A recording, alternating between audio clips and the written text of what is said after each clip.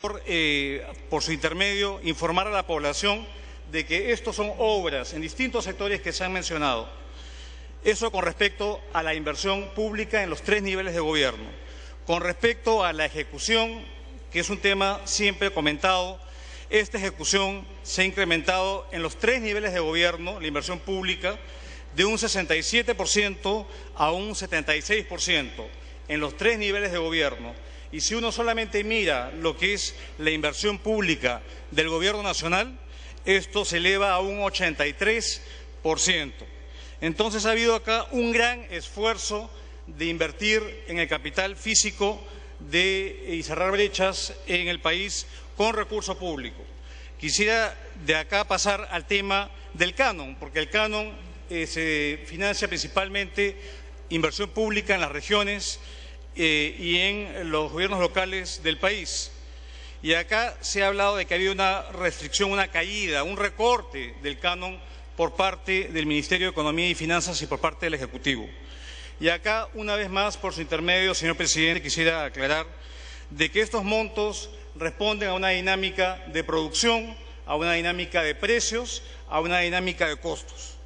Y vayamos a las transferencias también como eran. El 2011, canon por todo tipo de concepto, canon petrolero, canon minero, canon gasífero, canon hidroenergético, pasó el 2011 de 8.500 millones de soles, al 2012 más de 10.000 millones de soles, vale decir un incremento de 20%, y efectivamente el 2013 hubo una reducción de 10.000 a 9.000, vale decir de 10%, y al 2014 se prevé una reducción del 8%. Esta es la realidad, son las cifras. Ahora, ante eso, ¿qué se puede hacer? Efectivamente, lo que se hizo al cierre del último trimestre del año pasado, señor presidente, por su intermedio, se emitieron normas para poder darle continuidad a los proyectos que estaban en ejecución.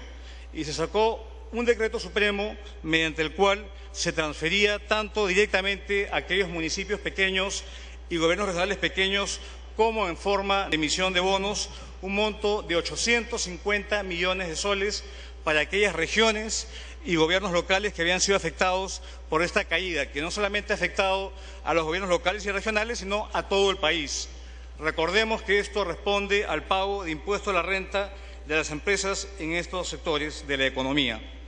A esto quisiera añadir de que en lo que llevamos este año se han emitido 2 decretos supremos dando continuidad a inversiones en los 3 niveles de gobierno por un monto de 1.700 millones de soles.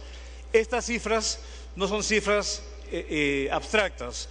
Esto financia una cantidad importante de proyectos en el país y eso con respecto a la inversión pública. Pasemos a la inversión privada, que es el motor de crecimiento de nuestro país y es uno de los pilares de la presentación que hoy día el presidente del Consejo de Ministros ha hecho. La inversión privada en nuestro país del 2011 al 2013 se ha incrementado en 25.000 millones de soles. Eso es un incremento de más del 25%. Ha pasado de 19,6% del producto a 21,5% del producto. Inversión privada, a la cual se le suma obviamente la inversión pública y estamos en el 27,3% del producto, que es el récord histórico que el Premier mencionó en su discurso. Ahora, ¿cuáles han sido unos mecanismos para poder agilizar estas inversiones?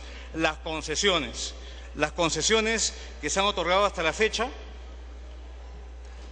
en el gobierno del presidente Ollanta Humala son concesiones de más de 6.000 millones de dólares, vale decir 18 proyectos en múltiples sectores de 6.000 millones de dólares. ¿Y cuál es la previsión?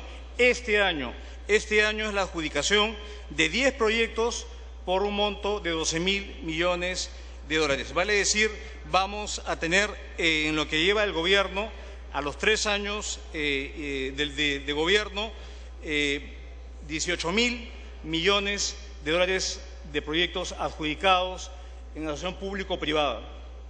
Las comparaciones son siempre odiosas, señor presidente, pero vale la pena destacar el esfuerzo porque en el quinquenio anterior fueron 8.000 millones en su totalidad y al tercer año de gobierno vamos a ver adjudicado 18.000 millones de dólares en grandes proyectos de inversión en distintos sectores de la economía, en transportes, en energía, en saneamiento.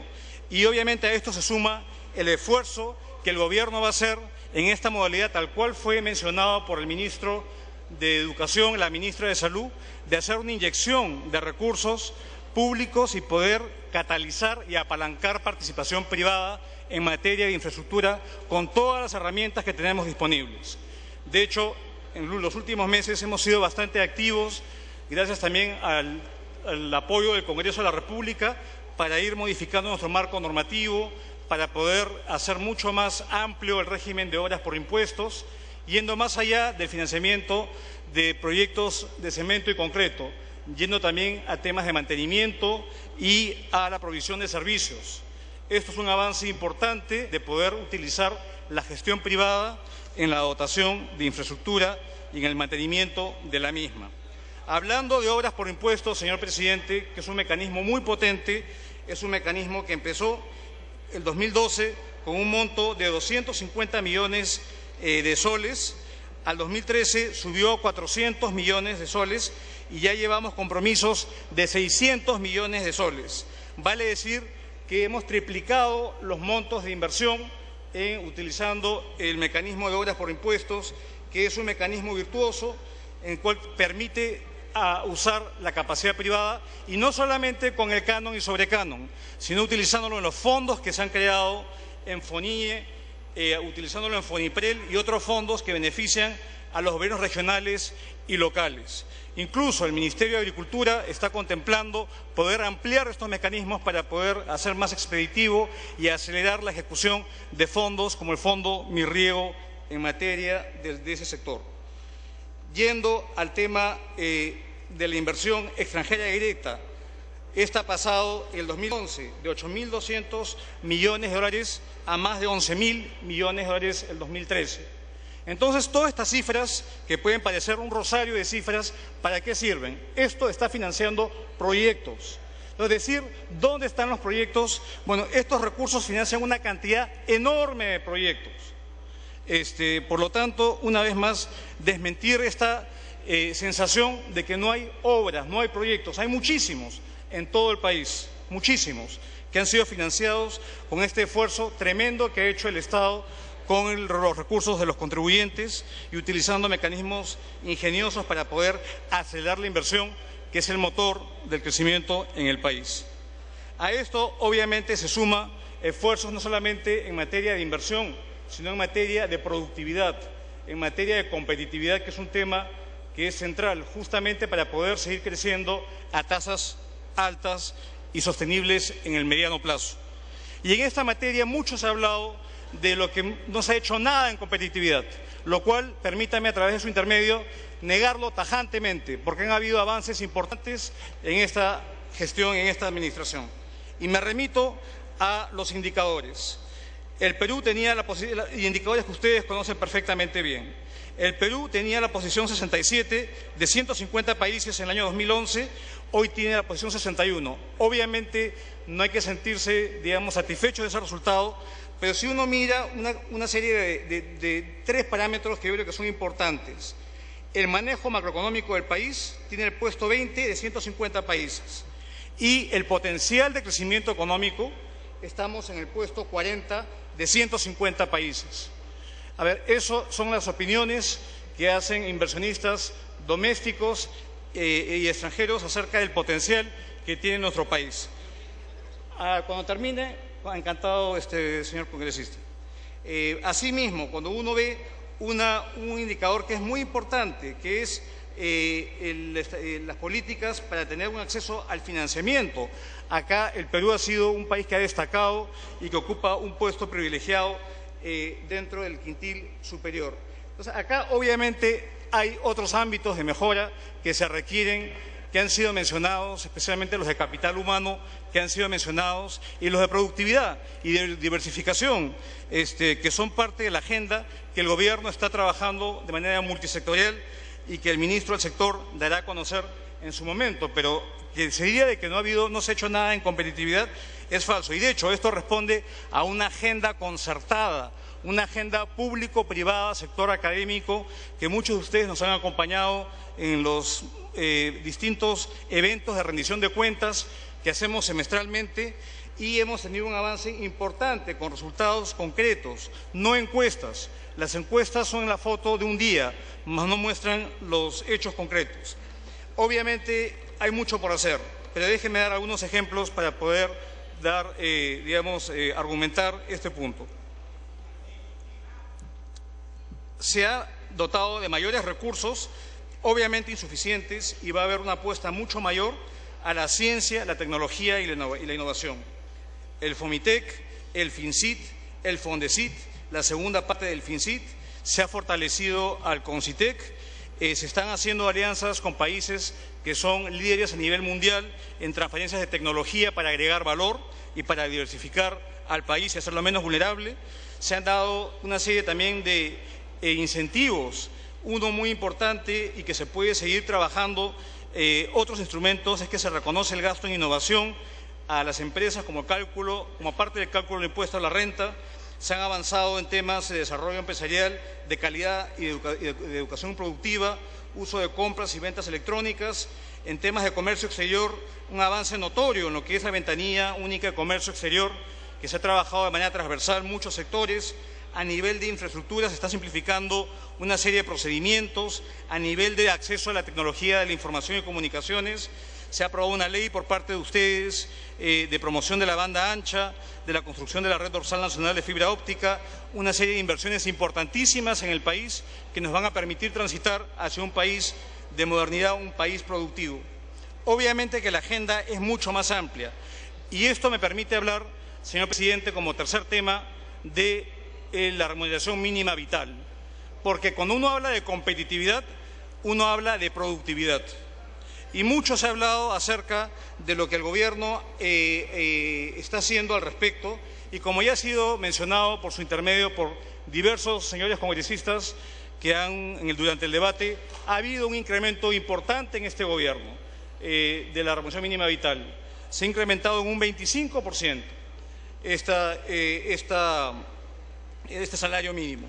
Obviamente había un desfase importante y por lo tanto se hizo esta actualización en 2 tramos.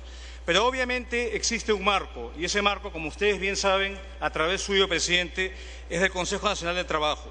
Pero para ir un poquito más a cuáles son los bemoles o cuáles son, en la parte técnica, cuáles son los factores que deben ser considerados en cualquier tipo de revisión que se haga en el marco del Consejo Tripartito que existe en el país, entre empleadores, trabajadores y el Estado. Un tema es la incidencia que tiene esto sobre la creación del empleo y la informalidad, porque no hay que olvidarnos, señor presidente, que el Perú aún padece de la informalidad y que va de la mano también de baja productividad. Y acá me remito a los estudios que se han realizado al respecto, porque acá no hay evaluaciones ligeras, sino hay mucho análisis detrás de ello para poder contribuir al debate. Uno, y un ejemplo muy específico, ¿qué pasaría si se incrementa la RMB de 750 soles que está en la actualidad a 800 soles? Un incremento de 50 soles, ¿qué significa esto en términos de empleo, en términos de informalidad? Ese incremento de 50 soles significa, dada la composición de nuestro aparato productivo y empresarial, una caída en el empleo en Lima de 1,7% y una caída en el empleo en zonas urbanas de 1%. Vale decir, cerca a 150.000 puestos de trabajo que se perderían de incrementar 50 soles como un ejercicio. Pero más importante que esto es que la RMB afecta especialmente a la micro y a la pequeña empresa. Y acá muchas viven al filo de la formalidad o informalidad. Y cuando uno evalúa dónde está situado la RMB con respecto al promedio del mercado, bueno, veamos cuál es el ingreso laboral promedio de los trabajadores independientes en el país formales y cuál es el ingreso laboral promedio de los trabajadores empleados en empresas de menos de 10 trabajadores, que son conjuntamente cerca del 70% de los trabajadores del país. o más, cerca del 80%.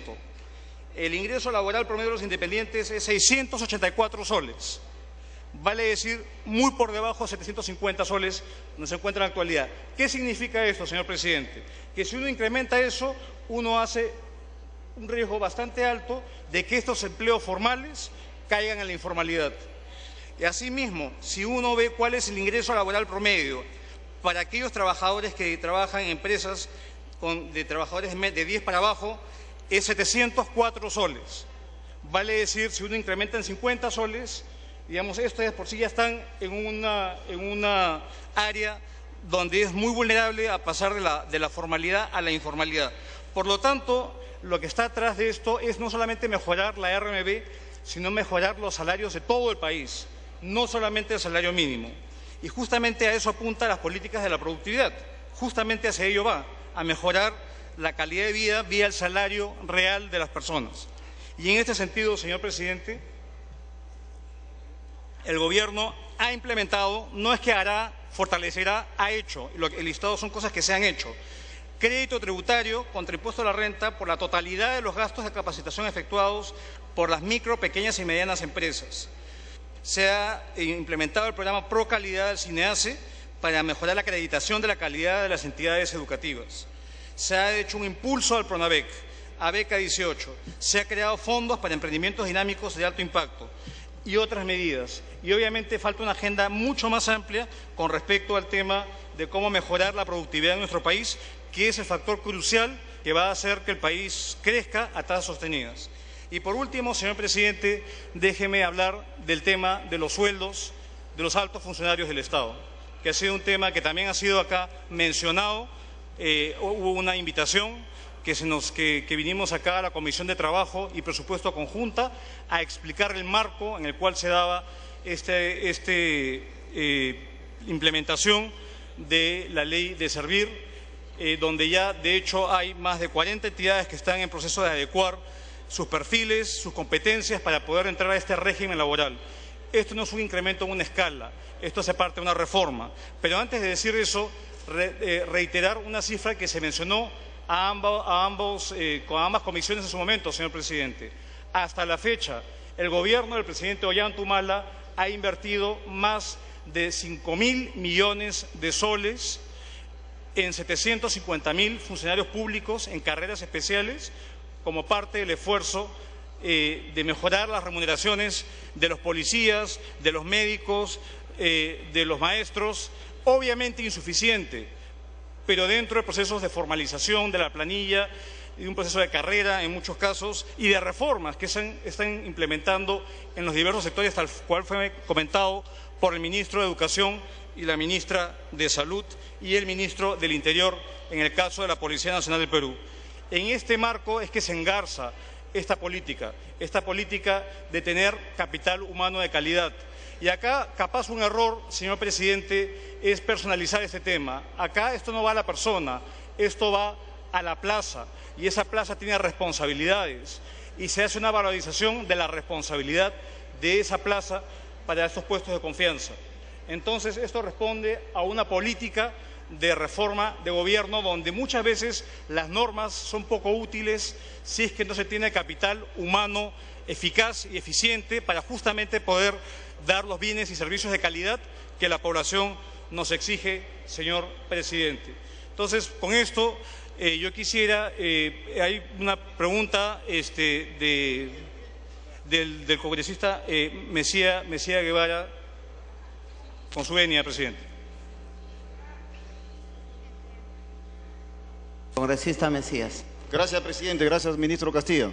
Señor presidente, por su intermedio, permítame sugerirle fraternalmente al señor ministro de Economía que el informe de competitividad global elaborado por el Foro Económico debe leerse de manera integral, no de manera aislada. Es cierto lo que él manifiesta, que estamos en el puesto 20 en la parte macroeconómica, pero sin embargo, señor presidente, no se dice nada que estamos en el puesto 134 en educación, que estamos en el puesto 109 contra la corrupción, que estamos en el puesto 119 en tema de investigación. ¿Y eso qué significa, señor presidente? Que no hay una política de valor agregado. ¿Sabe por qué, señor presidente y señores ministros? Porque el 95% de las exportaciones del Perú no tienen ningún valor agregado. El piloto automático, señor presidente, sigue trabajando en la parte económica. Por lo tanto, aquí en el Congreso pedimos una vez más que haya cambios, señor presidente, y que no solamente se favorezca a una pequeña élite en la burocracia peruana, señor presidente. Muchísimas gracias.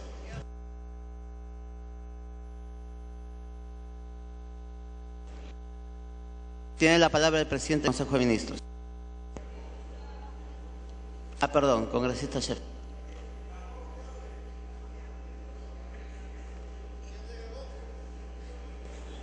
Gracias, presidente. Gracias, ministro Castilla. Me gustaría llevar la voz de mucha gente que ha estado a la expectativa de esta presentación del gabinete, las personas que están inmersos en la deuda social, ministro. No hemos escuchado nada sobre la deuda social, si se ha programado el pago de las personas que están en la tercera edad, algunas personas en situaciones muy difíciles de salud y que realmente es un derecho de ellos que realmente creo que hoy día se debe informar a la población. Y luego mi preocupación como representante de la región Piura es las obras de prevención que debemos hacer, la inversión que se está destinando para este año para lo que es la prevención. Tenemos informes de que quizás tengamos un fenómeno del niño y es preocupante. Hay situaciones muy adversas en diferentes partes del país y no queremos nuevamente que en el friaje sucedan muertes lamentables de niños y la... Ministro de Economía. Gracias, presidente. Agradezco las preguntas formuladas por los dos señores congresistas. Pasando a la pregunta, obviamente usted ya lo ha dicho, yo he complementado lo que ha dicho el congresista Mesía Guevara, donde falta obviamente mejorar en temas de capital humano, en temas de instituciones, en temas de seguridad jurídica, de predictibilidad, de innovación, obviamente que sí, pero el punto era decir de que no se ha avanzado nada, es el punto que yo quería destacar, pero eso no quiere decir de que no hay un gran reto justamente de poder apalancar esta riqueza natural que tenemos y agregar valor, crear servicios, y esto de que tenemos sectores en clave no es cierto. Los sectores primarios en el país tienen una cantidad de encadenamientos productivos impresionantes, el sector de servicio y manufactura. Solamente falta ver el peso que tiene hoy en día la metalmecánica. La metalmecánica ha triplicado su peso de lo que se tenía hace 10 años y es metalmecánica asociada obviamente a la explotación minera y ahí hay agregación de valor. ¿Que es insuficiente, pero definitivamente lo ha habido. Con respecto a las preguntas que formula la congresista Schaffer, evidentemente acá, como bien dijo el presidente del Consejo de Ministros, no se ha hecho una lista exhaustiva, sino priorizada de la agenda de gobierno, pero deuda social ha sido una preocupación constante del gobierno del presidente Ollantumala. En particular, la deuda del DU 03794, que cuando se entró al gobierno era una deuda que tenía un stock de 2.600 millones de soles. Y hoy en día esa deuda se ha reducido a un monto cercano a los 1.000 millones de nuevos soles. Vale decir que hemos reducido en casi el 60% esta deuda social, a la cual se suman otras deudas que se tienen.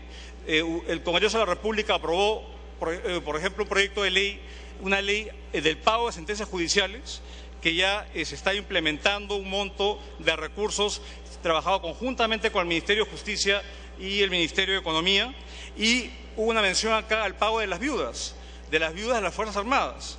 Y acá, permítanme comentar con ustedes que la semana pasada salió un decreto supremo donde se transferían los recursos, tanto al sector de defensa como interior, para darle una bonificación permanente a las viudas de 1.600 soles mensuales, a las viudas de los caídos en acción de armas, señor presidente. Entonces, obviamente que es un esfuerzo también insuficiente, pero claramente marca el derrotero de lo que el presidente ha anunciado como prioridad en este gobierno. Muchas gracias. Ministro Cornejo. Muchas gracias. Como se ha podido apreciar en las respuestas que han dado los ministros que tienen a cargo aquellos portafolios que lideran las líneas maestras del plan que hemos puesto a su consideración. La tarea por delante es muy amplia y estamos considerando todos los ámbitos y todos los espacios que es necesario tratar. Por supuesto, esta reunión, esta presentación ha servido para incorporar elementos adicionales y lo seguiremos haciendo. Esta apertura es necesaria, no es un tema siquiera de elección y por supuesto que nosotros participamos de ello. Como ya he indicado, al aceptar con gran honor, al igual que mis colegas ministros, esta responsabilidad, en mi caso como presidente del Consejo de Ministros, lo hemos hecho con plena conciencia de las responsabilidades y la autoridad que eso confiere.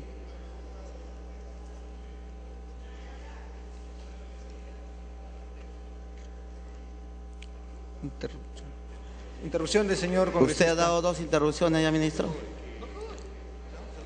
No puede dar más. Le pido que culmine. Quienes me conocen saben que en todos los puestos que he ocupado en el Estado he tomado absoluta responsabilidad por mis actos y he asumido y ejercido de manera completa e íntegra la autoridad que en cada caso me ha sido otorgada. En todas las oportunidades he tenido aciertos y ciertamente también errores, pero nunca he aceptado hacer cosas con las cuales no estoy de acuerdo. Y esa es una conducta de vida que por supuesto no voy a cambiar. No acepto hacer más de lo mismo. Quienes me conocen en este recinto, existen muchos congresistas que saben de mi trayectoria, que saben de lo que he hecho. Y si hay algo que no hago, es hacer más de lo mismo. Precisamente ese es el sello que yo he tratado de imprimir en mi carrera. Cambiar las cosas para mejor, para adelante y siempre en beneficio de los que más lo necesitan. Ese contacto que se reclama con la población, ese ha sido un contacto permanente con la gente. En todos los puestos en los que me he desempeñado, todos podrán hallar esa huella indeleble, de la cual pueden dar absoluta certeza y absoluta constancia los cientos de alcaldes, los presidentes regionales, no solo de este régimen, sino de regímenes anteriores con quienes he trabajado. Por esto, les garantizo que esta será la filosofía y la mística no solamente mía, sino de todo este gabinete que con trabajo responsable y eficaz, pensando en el futuro y en la institucionalidad del país, exhibirá permanentemente. Y en este contexto quiero aprovechar la oportunidad para garantizar mi compromiso con el país y asegurar la institucionalidad de cada una de mis acciones. Y en este sentido, no puedo aceptar esta teoría de poderes paralelos. Entiendo y comparto la sensibilidad y la preocupación de la representación nacional cuando señala que existen interferencias. Pero si quiere aceptar esa teoría del poder paralelo, sería precisamente abonar aquello que es la preocupación de esta representación nacional. Por ello, es que esa teoría la rechazo completa y tajantemente. Nosotros de ninguna manera vamos a permitir que esto sea así. Ya lo he comentado, ya lo hemos dicho, lo he precisado y afirmado. Es parte de nuestra responsabilidad y la estamos asumiendo. Y esa autoridad la vamos a ejercer como lo venimos haciendo. Ya lo comenté al inicio de mi intervención. Cierto, es un tema de confianza. Es un tema de impresión probablemente para quienes recién conocen a quien habla o a quienes están el día de hoy presentándose en el gabinete. Y será menester de nuestra actuación en el futuro que este aspecto quede absolutamente apartado de la escena política. Cuidar la democracia es nuestra tarea, pero también la de ustedes y todas las agrupaciones políticas. Ha llegado el momento de ver el futuro. Dejemos de mirar la técnica como una enemiga de la política. Tenemos que caminar de la mano, la una sin la otra, y la coyuntura actual así lo hace patente, requieren caminar de manera enlazada. Y por ello, en esta presentación que hacemos, aquí el gabinete que viene a pedir la confianza, lo que requiere de ustedes en este acto de control político es una acción afirmativa. Este es el momento en que se recuperen los conductos de diálogo, cesen las insinuaciones y retorne un tono adecuado en el debate político. Las puertas abiertas va a ser la característica de esta gestión. Las puertas abiertas para debatir, las puertas abiertas para aportar, las puertas abiertas para, en suma, hacer lo que millones de televidentes el día de hoy esperan, que trabajemos como un solo puño, como una sola mano, para poder resolver los problemas concretos que la población tiene. Porque las preocupaciones que se han expresado aquí, todas son válidas, pero no deben apartarnos del camino en el cual el tema fundamental, el tema central, es el bienestar de los peruanos. Para eso existe el Estado. Y acá que está el Ejecutivo y el Legislativo juntos, deben aprovechar y deben generar en este espacio esa gobernabilidad, esa institucionalidad con hechos concretos. Por eso, y en concordancia con lo que acabo de decir, también es una agenda que no quiero dejar de mencionar.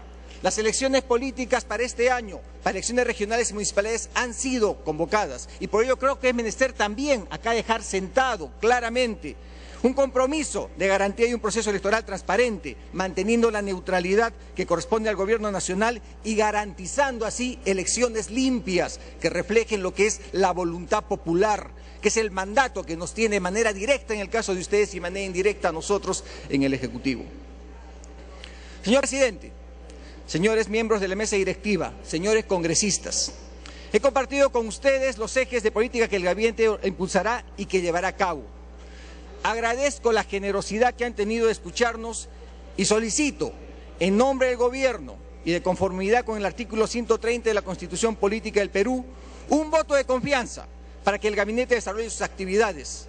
Este voto, que es expresión de este acto de control político, debe ser un voto afirmativo, un voto que defina a favor o en contra, y no llevarnos a un limbo que creo que nadie quiere.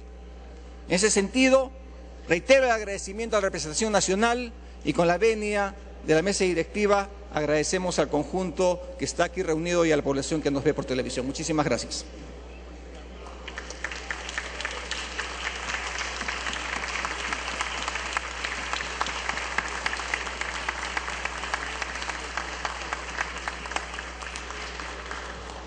La presidencia y la mesa directiva agradecen al presidente del Consejo de Ministros, señor René Cornejo Díaz, y a las señoras y señores ministros de Estado por su presencia y participación en esta sesión, y los invita a abandonar las salas de sesiones en el momento que lo consideren conveniente. Se suspende la sesión por 30 minutos.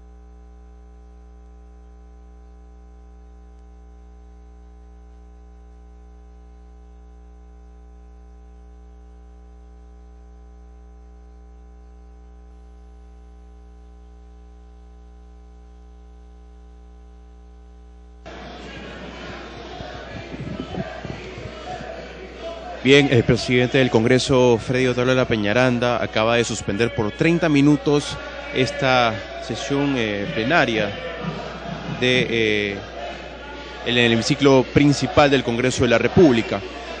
Hay distintos puntos de vista de las diferentes bancadas de este Parlamento, pero en conjunto al parecer están solicitando que los votos se generen en este momento para poder de una vez dar el voto de confianza a este gabinete presidido por el presidente del Consejo de Ministros, René Cornejo Díaz.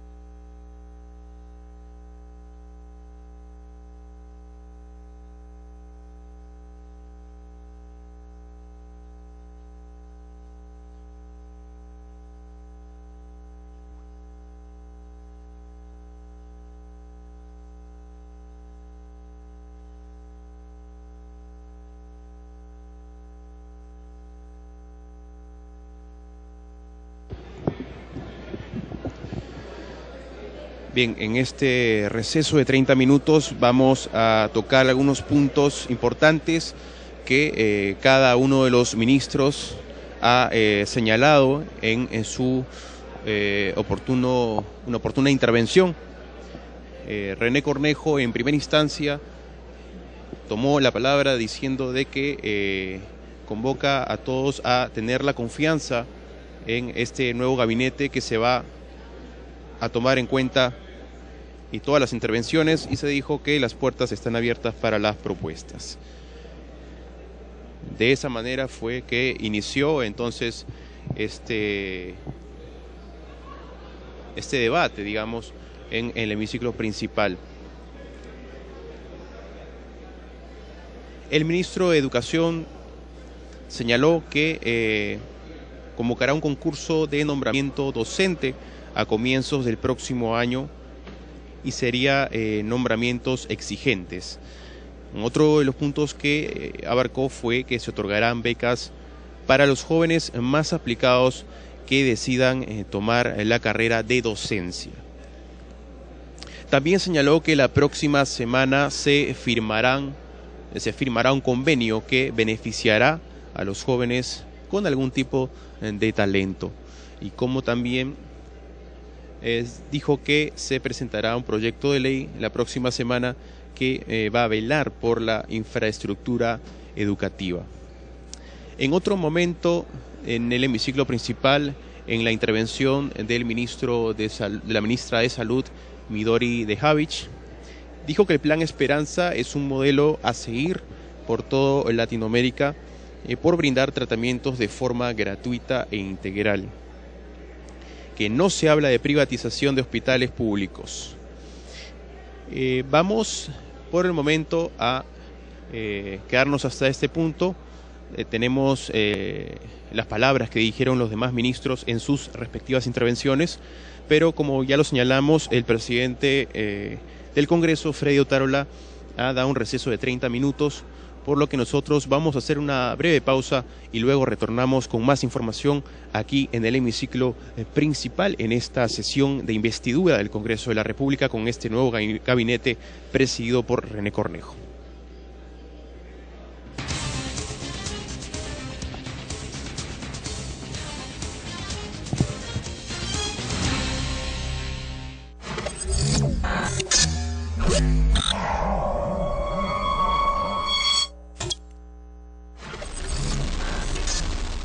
De lunes a viernes, usted tiene la mejor y más amplia cobertura de toda la labor parlamentaria. Infórmese de los casos que son fiscalizados por la representación nacional y entérese de los resultados de las semanas de representación. Central de Noticias del Congreso. Conozca las normas que rigen el país. Central de Noticias del Congreso. De lunes a miércoles y los viernes a las 7:30 de la noche. Los jueves después de la sesión del Pleno, y por TV Perú, de lunes a viernes a las 9 de la mañana. Cuando ahorras con esfuerzo, logras tus metas. Cuando ahorras hoy, aseguras el mañana. Cuando ahorras, compartes. Porque ahorrar es hacer tus sueños realidad. Banco de la Nación, el banco de todos.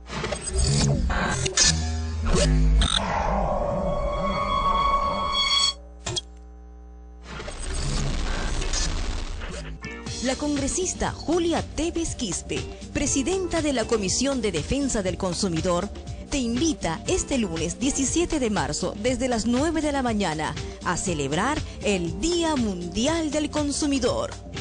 En el evento participarán representantes de ministerios, organismos reguladores, prestadoras de servicios públicos y asociaciones de consumidores, quienes darán a conocer el trabajo a favor de los usuarios de todo el país. Ven y conoce tus derechos como consumidor. Lunes 17 de marzo, desde las 9 de la mañana, en la Plaza Bolívar del Congreso de la República. Organiza la congresista Julia Tevez Quispe, presidenta de la Comisión de Defensa del Consumidor. Te esperamos.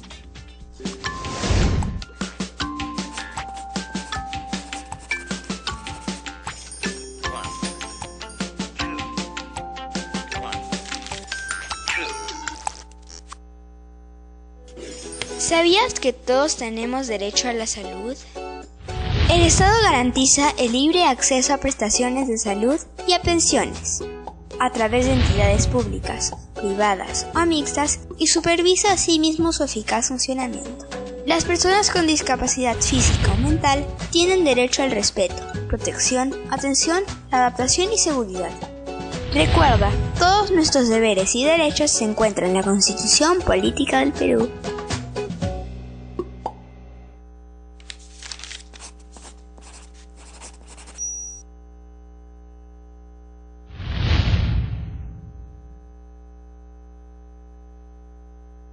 Nuestro trabajo alcanza cada rincón del país, cada hogar donde el bienestar llega, cada empresa que nace, cada empleo que se crea, cada camino que nos une, cada producto que se exporta.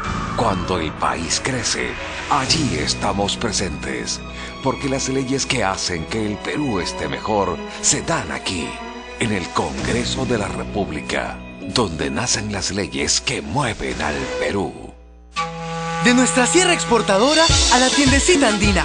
Productos elaborados por manos peruanas que llenarán tu mesa y conquistarán tu corazón. Vamos, vamos todos a la tiendecita andina. Cómprale a la sierra, cómprale al Perú. Ricos y nutritivos, disfrútalos con toda la familia. Consume lo nuestro y fortalece al Perú. Cómprale a la sierra, cómprale al Perú. La tiendecita andina, un producto de Sierra Exportadora.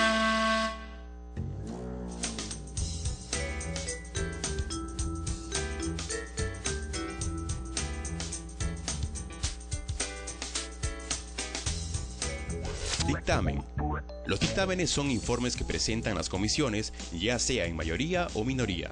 Sin embargo, estas pueden también no emitir dictámenes en caso el proyecto de ley en debate sea archivado. Los dictámenes presentados son elevados a la Presidencia del Congreso para ser incluidos en la agenda del Pleno. Reglamentariamente, las comisiones deben evacuar sus dictámenes en el plazo de 30 días, salvo plazo constitucional o reglamentario distinto o acuerdo de la mesa directiva en circunstancias excepcionales.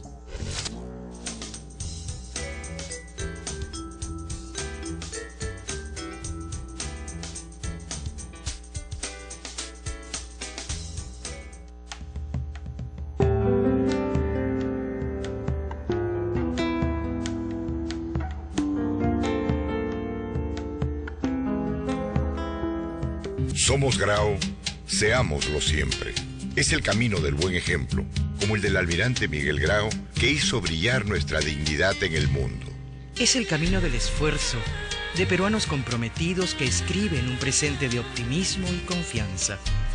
Es el camino de quienes trabajan por el crecimiento de sus familias, de su región, del país, día a día.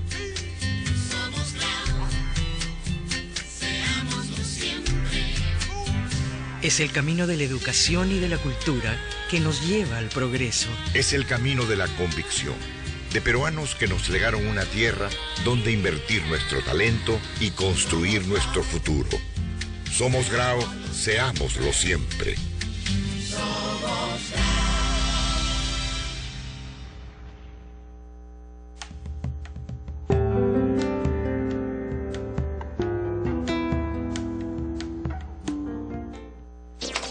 La Central de Noticias del Congreso de la República ofrece la más amplia información sobre el trabajo parlamentario. En la página web podrás encontrar todo lo relacionado al funcionamiento congresal: historia, funciones, reglamento, organización, el estado de los proyectos de ley, mociones, dictámenes, servicios parlamentarios e información sobre el trabajo que realizan diariamente los legisladores. Además, encontrarás enlaces con las cuentas de las redes sociales. En la página de Facebook se difunden las actividades realizadas y promovidas desde el Congreso de la República. En ella podrás dejar tus comentarios y opiniones. La cuenta de Twitter, con más de 115.000 seguidores, ofrece información al instante sobre las sesiones y el resultado de los debates en el Pleno, las comisiones y los diferentes grupos de trabajo. Finalmente, en el canal de YouTube, el Congreso de la República tiene registrados más de 1.500 videos. Sesiones, conferencias, spots, reportajes y programas televisivos te permitirán conocer al detalle el trabajo congresal.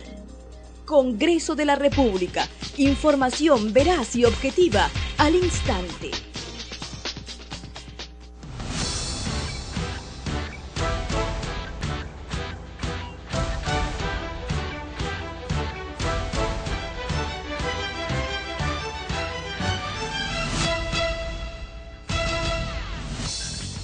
¿Cómo están, amigos de Agenda Parlamentaria? Bienvenidos a esta nueva edición, ahora a través de la señal 73 de Movistar y 56 de Vez Cable y de Claro.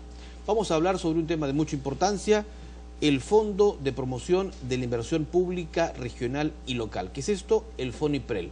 Se ha destinado 1.780 millones de soles en el presupuesto para la ejecución justamente de proyectos.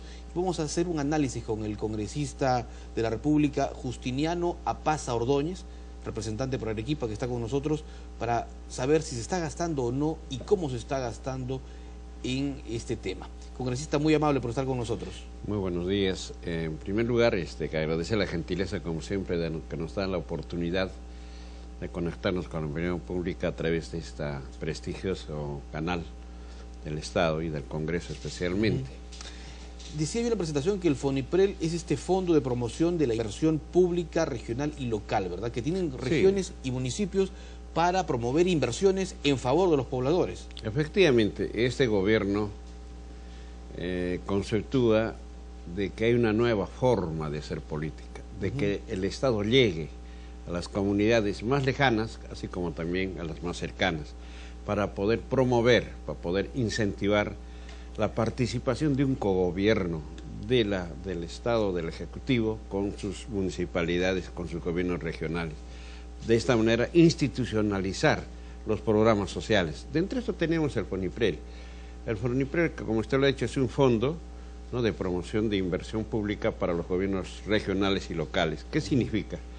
De otorgar la facilidad en dinero para la promoción de estas obras, especialmente para seguridad ciudadana, ¿no? Este año se ha dado 780 millones de soles, 780 millones de soles, que cosa inexplicable de que no obstante de que se ha vencido el plazo el 20 de febrero, se ha tenido que ampliar ahora el mes de marzo, no presentan ninguna de las municipalidades. Pienso yo que esto se debe más que todo a que esta inversión del FONIPREL en las municipalidades y gobiernos regionales tiene que ser controlada, tiene que ser vigilado, porque es dinero del Estado. Pero ¿no hay interés, congresista, en presentar este proyecto, o no hay una capacidad real de las regiones y municipios en enfrentar un tema como es el de la seguridad ciudadana? Naturalmente, parece que fuera falta de iniciativa, de desconocimiento a veces, porque esa es culpa también que tenemos que asumirlo nosotros los congresistas y algunos funcionarios del Estado, de no incentivar, de no hacer conocer estas bondades de los programas sociales, así como FONIPREL, hacia las comunidades. Por ese lado puede ser desconocimiento, pero yo digo, hay regiones y gobiernos municipales que sí tienen conocimiento de esto. Sin embargo, parece que tienen temor al control, ¿no? Porque es increíble que FONIPREL le otorgue la facilidad de estos incentivos, ¿no?, con 99% de participación de parte del Estado. Y el Consejo, el gobierno regional que pueda solicitar o entrar a este fondo, solo pone el 1%, 0.1%. De 1 millón pondría 1.000 soles. Es decir, creemos que es factible realizarlo, pero falta voluntad, falta de decisión política. Hay que tener en cuenta que del 2008 al 2013 se presentó solamente 8 proyectos, pero en 2013 ya se han presentado 396 proyectos, lo que significa de que se está avanzando. Pero esto queremos decirlo de que debe ser con mayor agilidad. Muchos temen al control, y también decía de que los dividendos electorales no es tan flexible, porque el gobierno ha dado 200, de los 750 millones, 250 millones para seguridad ciudadana, para implementar la compra de patrulleros, cámaras de videos, infraestructura, comisarías, etcétera, etcétera, lo que redundaría en beneficio de la comunidad. Pero los consejos y los gobiernos regionales tenemos que decir que son muy poco proclives a hacer labores de seguridad ciudadana.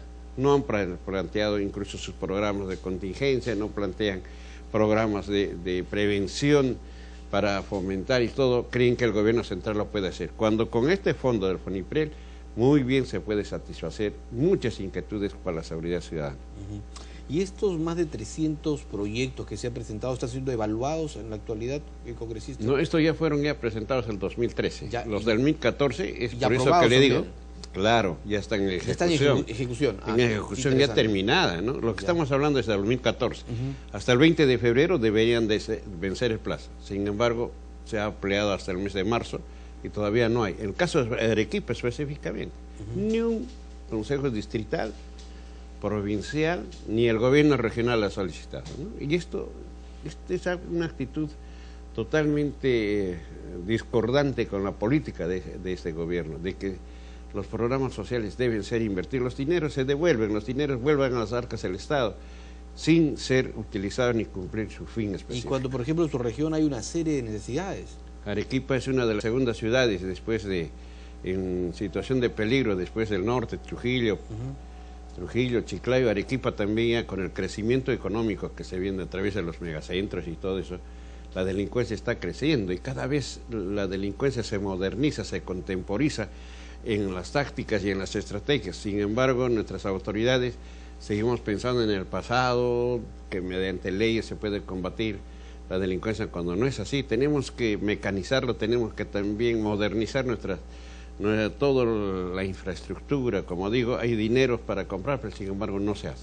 ¿Cómo está Arequipa, a propósito, usted que es un permanente luchador por su región, a la cual representa aquí en el Parlamento? Yo leí hace poco que uno de los temas en Arequipa medulares es el del transporte, ¿verdad? Al igual que Lima, usted nos dice que crece Arequipa, que se expande permanentemente, y ahora se está, digamos, promocionando el monorriel con una inversión de 750 millones de soles, que va a reemplazar a lo que era inicialmente esta promoción o promover este Mistibus. El monorriel es un sistema mucho más moderno y rápido. ¿Cómo va el tema? El problema de transporte no solamente es en Arequipa, es a nivel nacional. Y falta la responsabilidad de tomar el toro por las astas, como decimos los arequipeños. Y en este caso ya hubo un proyecto de hacer el Mistibus a través del Sistema Único del Transporte, a través de ómnibus de mayor capacidad. Como el Metropolitano, ¿no? Como el Metropolitano, algo así. Pero frente a los estudios constantes de que se presentan, no participa activamente la decisión de parte del Consejo Provincial. Y también hay que reconocer que el Ministerio de Transportes no está cumpliendo su objetivo. Desde que el año 2012 se dio 500 millones de soles como base para los estudios y la implementación para Arequipa en la Ley General Presupuesto de la República, sin embargo no se ha utilizado. Ahora ha surgido el nuevo panorama y el nuevo ofrecimiento de hacer el monorriel, que sea aéreo, que lejos de costar 350 millones va a costar 750 millones. Una perfecta inversión de parte del Estado. Y en eso sí los arequipeños tenemos que sentirnos orgullosos de esta decisión política del gobierno central, que quiere que Arequipa, después de Lima, tenga un sistema de transporte modernizado, barato, decente, en el que la población de Arequipa pueda movilizarse, diríamos, con mayor seguridad, porque en este momento el caos, el desorden, la falta de correlación de ideas y de actuares entre el Ministerio de Transportes, el gobierno regional, el Consejo Provincial, hacen que el caos se hunda cada vez más. Entonces, esta decisión de nuestro presidente Ollanta Humala, yo creo que hay que aplaudirlo y el pueblo lo ha entendido así. Ya hace unos días atrás el ministro de Transportes ha ido a dar una información en el sentido que faltan pequeños estudios complementarios y esta inversión debe estar licitándose estos próximos meses, si no es el primer semestre del presente año, tienen que ser los primeros del próximo, pero el 2016 les garantizamos de que Arequipa va a tener un moderno sistema de transporte. Ahora, ¿saben ustedes si hay inversión privada, sobre todo extranjera, interesada justamente en la construcción de este monorriel? Sí, este proyecto va a ser de capital privado, ¿no? En el cual se va a licitar lógicamente, pero hay uno que ha generado la idea, que ha hecho el proyecto, y ese proyecto no es de propiedad exclusiva de la empresa, sino también se va a poner en licitación para que esto sea democrático, para que sea claro y transparente. Es lo que nos interesa y lo que caracteriza el gobierno. Podrán decirnos adjetivaciones de lo que pudieran pensar, pero en decencia y en transparencia creo que este gobierno está dando muestras de calidad. Ahora, este monorriel, ¿en qué porcentaje aproximadamente, congresista Apaza, va a ayudar a descongestionar las principales arterias de Arequipa? Como es un sistema aéreo, este monorriel en un 80% va a descongestionar todo el problema del transporte, porque va a haber líneas de alimentación. Anteriormente eran 15, ahora se han sumado a 31 líneas de alimentación, de tal manera que los vehículos pequeños, donde tampoco van a quedar aislados los transportistas que en este momento vienen confrontando esta responsabilidad, ¿no?, sino que van a ser copartícipes en que este sistema trabaje de una forma más planificada, de tal manera que como es aéreo, poco va a ser el impacto dentro del servicio urbano de la ciudad, y más aún si tenemos en cuenta de que el presidente regional, el doctor Juan Manuel Guillén, ha anunciado de que próximamente para mayo, junio se esté inaugurando el puente Chilina. Va a haber una gran descongestión, más que todo hacia el cono norte, donde ha crecido más Arequipa.